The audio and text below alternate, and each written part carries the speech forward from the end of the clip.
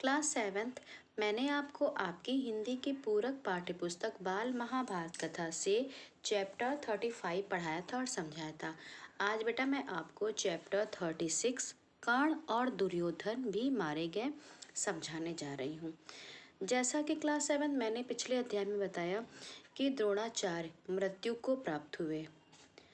दुष्टद्युम्न ने ध्यान मग्न आचार्य की गर्दन पर खड्ग से वार किया और द्रोणाचार्य का सिर जो है तत्काल ही धड़ से अलग होकर गिर पड़ा, मतलब वह मृत्यु को प्राप्त हुए।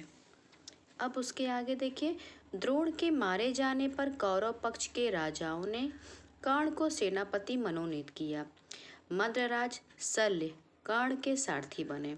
दूसरे दिन कर्ण के सेनापतित्व में फिर से घमासान युद्ध जारी हो गया। अर्जुन की रक्षा करता हुआ भीम अपने रथ पर उसके पीछे पीछे चला और दोनों एक साथ कर्ण पर टूट पड़े। जब दुशासन ने यह देखा तो उसने भीम पर बाणों की वर्षा कर दी।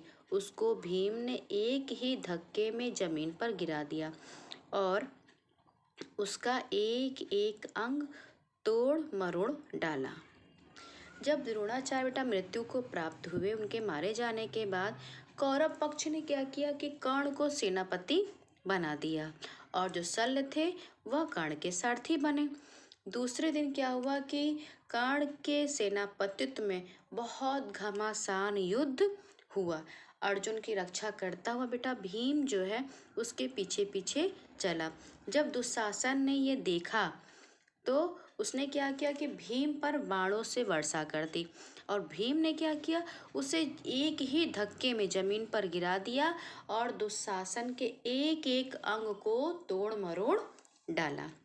भीम मैदान में नाचने कूदने लगा और चिल्लाने लगा, मेरी एक प्रतिज्ञा पूरी हुई, अब दुर्योधन की बारी है, उसका काम तमाम करना बाकी है।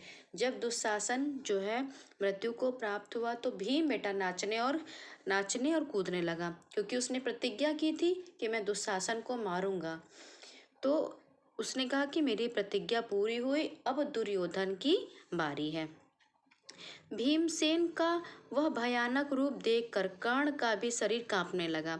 तभी अश्वत्थामा को दुर्योधन ने पांडवों पर हमला करने की आज्ञा दी। कर्ण ने अर्जुन पर एक ऐसा बाण चलाया जो आग उगलता था। अर्जुन की ओर उस भयानक तीर को आता हुआ देखकर कृष्ण ने रथ को पांव के अंगूठे से दबा दिया। उससे रथ जमीन में 5 अंगुल धंस गया। कृष्ण की इस युक्ति से अर्जुन मरते मरते बचा। भीमसेन का बेटा भयानक रूप था, जिसे देखकर कर्ण भी कांपने लगा। तभी दुर्योधन ने अश्वत्थामा से कहा कि पांडवों पर हमला कर दो। कर्ण ने अर्जुन पर एक वैसा बाण चलाया बेटा जो कि आग उगलता था। तभी श्री कृष्ण ने क्या किया कि अपने रथ को पांव के अंगूठे से दबा दिया। कृष्ण ने रथ को पांव के अंगूठे से दबा दिया तो रथ क्या हुआ, जमीन में 5 अंगुल धंस गया और जो तीर था वह ऊपर से निकल गया। मतलब कृष्ण की इस उपाय से अर्जुन जो है मरते मरते बच गए। कर्ण का चलाया हुआ सर्प मुखास्त्र फुफकारता हुआ आया और अर्जुन का मुकुट उड़ा ले गया। मतलब तीर जो है वह अर्जुन के ऊपर से नहीं बल्कि बेटा अर्जुन का मुकुट लेकर उड़ा ले गया। इस पर अर्जुन के क्रोध का ठिकाना न रहा। उसने जोश के साथ कर्ण पर बाण वर्षा कर दी। तभी कर्ण का रथ का बाईं तरफ का पहिया धरती में धंस गया। बेटा श्री कृष्ण ने अपने एक उपाय से अर्जुन को बचा लिया। जो तीर था, जो सर्वमुखास्त्र था, वह अर्जुन का मुकुट तो उड़ा ले गया। तो बेटा अर्जुन को बहुत क्रोध आया और उन्होंने क्या किया, जोश में आकर कर्ण पर बाणों की वर्षा कर दी। तभी क्या हुआ, एकाएक कर्ण के रथ का जो बायां जो तरफ का जो पहिया था वह धरती में धंस गया। अब आइए बेटा पेज नंबर 89 पर। इससे कर्ण घबरा गया और बोला, अर्जुन जरा ठहरो, मेरे रथ का पहिया कीचड़ में फंस गया है। पांडुपुत्र, तुम्हें धर्म युद्ध करने का जो यश प्राप्त हुआ है उसे व्यर्थ ही न गंवाओ। मैं जमीन पर खड़ा रहूं और तुम रथ पर बैठे बैठे मुझ पर बाण चलाओ, यह ठीक नहीं होगा, जरा रुको। कर्ण बेटा घबराया हुआ था, लेकिन उसने अर्जुन से कहा कि मेरा पहिया जो है कीचड़ में धंस गया है और तुम धर्म पर चलने वाले हो और इसके लिए तुम्हें यश भी प्राप्त है, तो उसे व्यर्थ ना गवाओ।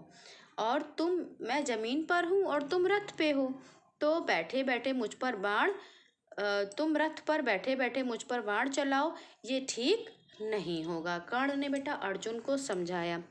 कर्ण की ये बातें सुनकर श्री कृष्ण बोले, कर्ण, जब दुशासन, दुर्योधन और तुम द्रौपदी को भरी सभा में घसीट कर लाए थे, उस वक्त तुम्हें धर्म की याद नहीं आई थी? जब दूध मुहे बच्चे अभिमन्यु को तुम 7 लोगों ने एक साथ घेर कर निर्लज्जता के साथ मार डाला, तब तुम्हारा धर्म कहाँ था? और आज जब मुसीबत सामने खड़ी दिखाई दे रही है, तो तुमको धर्म याद आ रहा है? बेटा जब कर्ण ने अर्जुन को समझाया, तब श्री कृष्ण ने कहा कि जब दुशासन, दुर्योधन और तुम द्रौपदी को घसीट कर सभा में लाए थे, तब तुम्हारा धर्म कहाँ था? और जब तुमने अभिमन्यु पर तुम 7 लोगों ने एक साथ घेर कर और बहुत बुरी तरह से निर्लज्जता से उसे मार डाला, तब तुम्हारा धर्म कहाँ था? और आज तुम्हारे सामने मुसीबत आ गई तो तुमको धर्म याद आ रहा है?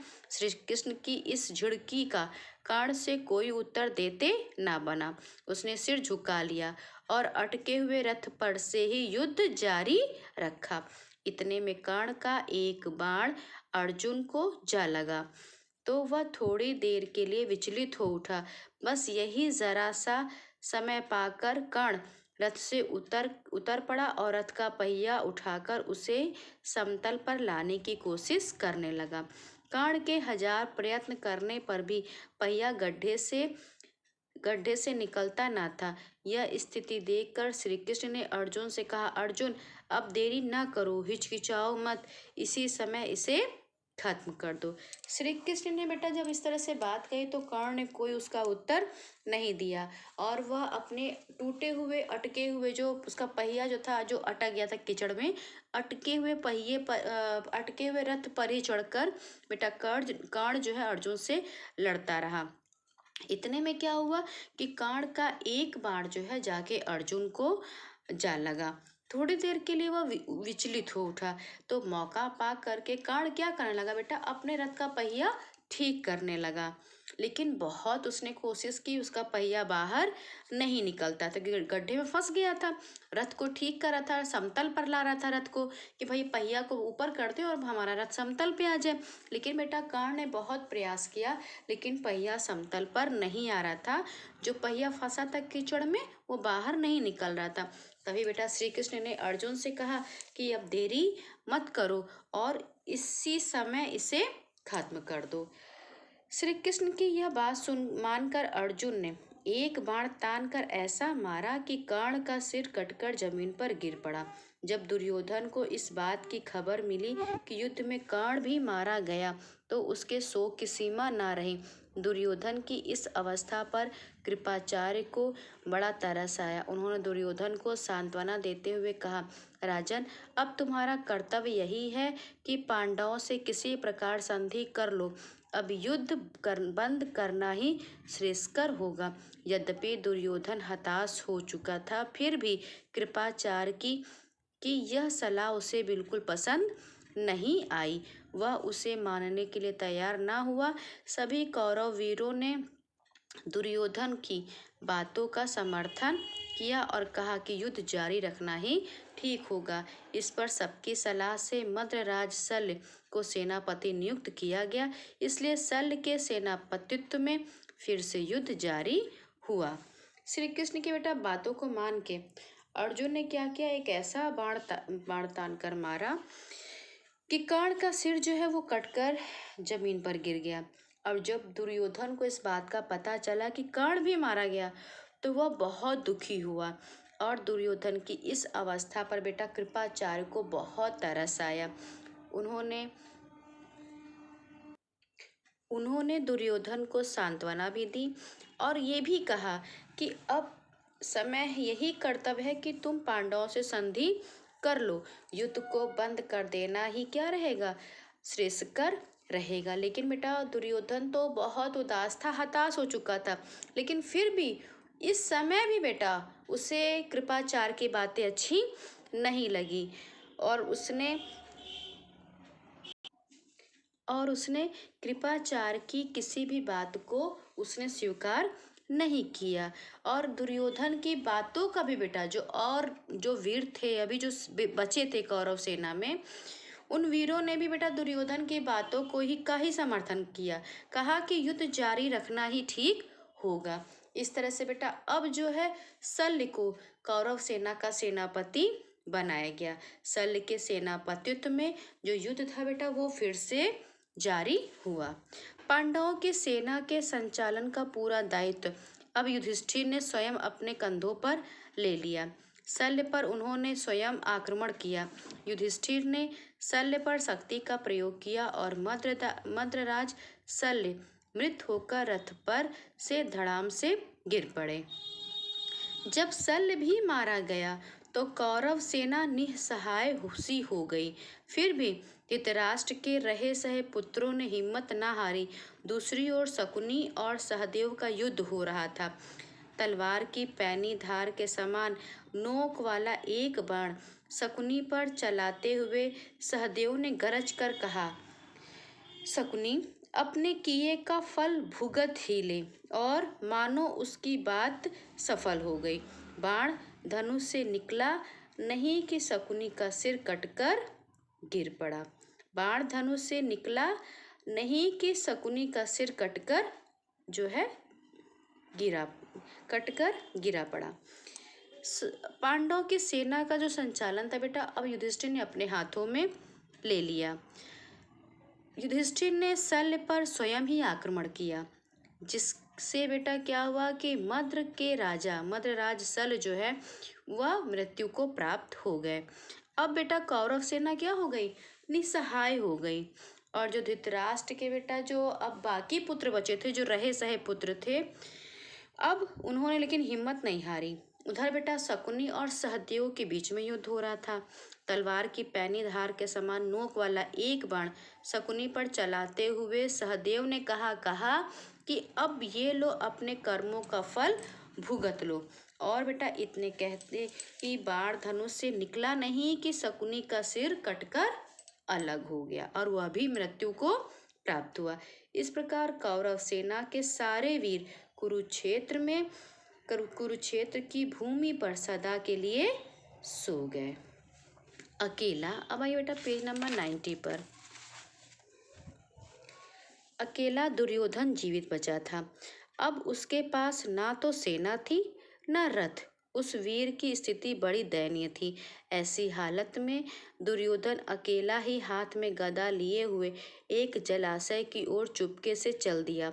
उधर दूसरे दिन युधिष्ठिर और उसके भाई उसे खोजते हुए उसी जलाशय पर जा पहुँचे जहाँ वह छिपा हुआ बैठा था।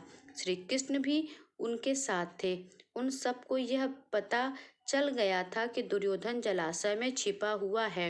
युधिष्ठिर ने कहा, दुर्योधन अपने कुटुंब और वंश का नाश कराने के बाद अब पानी में छिपकर प्राण बचाना चाहते हो।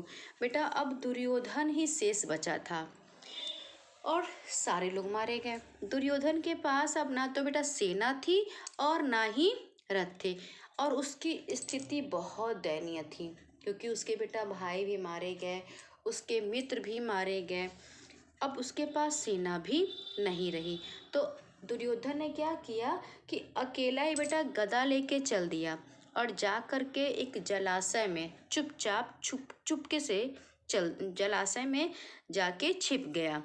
अब युधिष्ठिर और उनके भाई और साथ में श्री कृष्ण उसको खोजते हुए वह भी जलाशय के पास पहुंच गए। तब युधिष्ठिर ने कहा, दुर्योधन अपने परिवार और वंश का नाश कराने के बाद अपने कुटुंब का और वंश का नाश कराने के बाद अब पानी में छिपकर प्राण बचाना चाहते हो। यह सुनकर दुर्योधन ने व्यथित होकर कहा, मैं ना तो डरा हुआ ही हूँ और ना मुझे प्राणों का ही मोह है। फिर भी सच पूछो तो युद्ध से मेरा जी हट गया है। मेरे सभी संगी साथी और बंधु बांधव मारे जा चुके हैं। अब मैं बिल्कुल अकेला हूँ। राज सुख का मुझे लोभ नहीं रहा। यह सारा राज अब तुम्हारा ही है। निश्चिंत होकर तुम ही इसका उपभोग करो। यह सुनकर बेटा दुर्योधन ने बहुत करुणा भरे स्वरों में कहा कि मैं ना तो डरा हूँ और ना प्राणों का मुझे मोह है। मेरा मन जो है अब युद्ध से हट गया है। मेरे सभी संगी साथी बंधु बांधव सब मारे जा चुके हैं। मैं अकेला हूँ। राज्य का सुख लेकर मुझे अब राज्य के सुख का कोई भी लालच नहीं है। तुम सारा राज्य ले लो, अब तुम्हारा ही है और इसका उपभोग करो। युधिष्ठिर ने गरजते हुए कहा, दुर्योधन, वह एक दिन वह था जब तुम्ही ने कहा था कि सुई की नोक जितनी जमीन भी नहीं दूंगा। दुर्योधन ने जब स्वयं युधिष्ठिर के मुख से ये कठोर बातें सुनी तो उसने गदा उठा ली और जल में ही उठ खड़ा हुआ और बोला, अच्छा यही सही। तुम एक एक करके मुझसे भिड़ लो। मैं अकेला हूँ और तुम पाँच हो। पांचों में का अकेले के साथ लड़ना न्यायोचित नहीं। मैं थका हुआ और घायल हूँ। कवच भी मेरे पास नहीं है। इसलिए एक एक करके निपट लो, चलो। युधिष्ठिर ने बेटा दुर्योधन से गरजते हुए कहा कि एक दिन वह था जब तुम सुई की नोक के बराबर भी भूमि देना नहीं चाहते।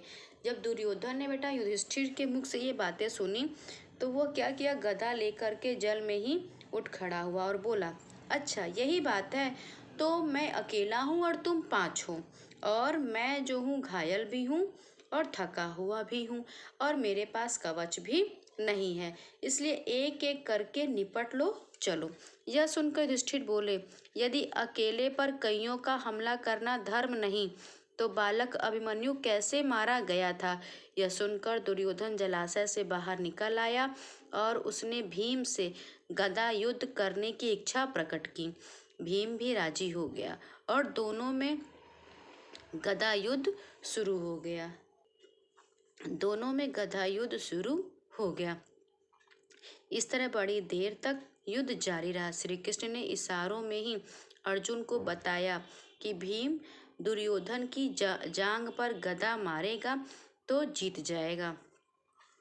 यह सुनकर युधिष्ठिर बोले, यदि अकेले पर कईयों का हमला करना धर्म नहीं है तो अभिमन्यु कैसे मारा गया। यह सुनकर दुर्योधन ने ये इच्छा प्रकट की कि मैं भीम के साथ युद्ध करना चाहता हूँ। भीम भी राजी हो गया। अब भीम और दुर्योधन के बीच बेटा गदा का युद्ध शुरू हो गया और दोनों में बड़ी देर तक युद्ध जारी रहा। तभी बेटा श्री कृष्ण ने क्या किया कि अर्जुन को बताया, इशारों में ही कहा कि अगर भीम दुर्योधन की जांग पर गदा मारेगा तो भीम जीत जाएगा। अगर भीम जो है दुर्योधन की जांग पर मारेगा तो भीम जीत जाएगा। भीम ने श्री कृष्ण का यह इशारा तुरंत भाप लिया और अचानक दुर्योधन पर झपट पड़ा। उसकी जांग पर जोर से गदा का प्रहार किया। जांग टूट जाने के कारण अधमरी अवस्था में पड़े हुए दुर्योधन के दिल में फिर से क्रोध और द्वेष की आग सी भड़क उठी। वह चिल्लाकर बोला, कृष्ण, धर्म युद्ध करने वाले हमारे पक्ष के सारे यशस्वी महारथियों को तुमने ही कुचक्र रचकर मरवा डाला है। यदि तुमने कुचक्र न रचा होता तो कर्ण, भीष्म, द्रोण भला समर में परास्त होने वाले थे। उसकी जांग पर जोर से गदा का प्रहार किया भीम ने और दुर्योधन की बेटा जांग टूट गई। वह अधमरा सा हो गया। फिर भी क्रोध और द्वेष की आग भड़क उठी।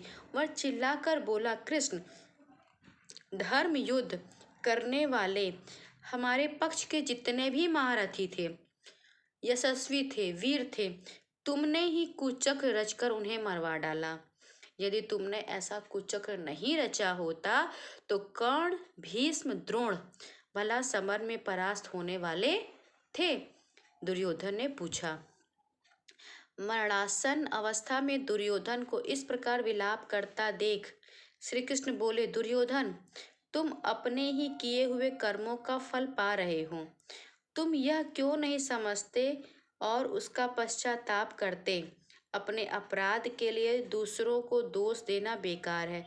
तुम्हारे नाश का कारण मैं नहीं हूँ। लालच में पड़कर तुमने जो महापाप किया था, उसी का यह फल तुम्हें भुगतना पड़ रहा है। मरणासन अवस्था में दुर्योधन को इस प्रकार बेटा विलाप करते हुए श्री कृष्ण ने कहा कि तुमने जो कर्म किए तुम उसी का फल पा रहे हो, और तुम पश्चाताप क्यों नहीं करते? अपने अपराध के लिए तुम दूसरों को दोष दे रहे हो। तुम्हारे नाश का कारण मैं नहीं हूँ। लालच में पड़कर तुमने जो महापाप किया था, उसी का फल तुम्हें भुगतना पड़ रहा है। बेटा, अंत में महाभारत के युद्ध में दुर्योधन भी मारा गया, और यह जो युद्ध था बेटा 18 दिन तक चला था। दुर्योधन ने बेटा शुरू से ही अत्याचार किया था, अन्याय किया था। इसी कारण कुरुक्षेत्र में युद्ध हुआ था। अगर पांडवों ने तो बेटा थोड़ा सा गांव मांगा, उसने वो भी मना कर दिया। पांडवों के साथ उसने छल किया, कपट किया, उनको धोखा दिया। शुरू से आप महाभारत की ये बाल महाभारत कथा पढ़ते आ रहे हैं, तो आप इतना बेटा समझ रहे होंगे कि दुर्योधन ने हमेशा पांडवों के साथ अत्याचार किया, धोखा दिया, छल कपट किया, किसी ना किसी तरह से षड्यंत्र रच के उनको मरवाना चाहा। और अंत में जो दुर्योधन ने बेटा जो पाप किए, जो गलत काम किए, जो बुरे कर्म किए, अंत में उसको भी उसका फल भुगतना ही पड़ा।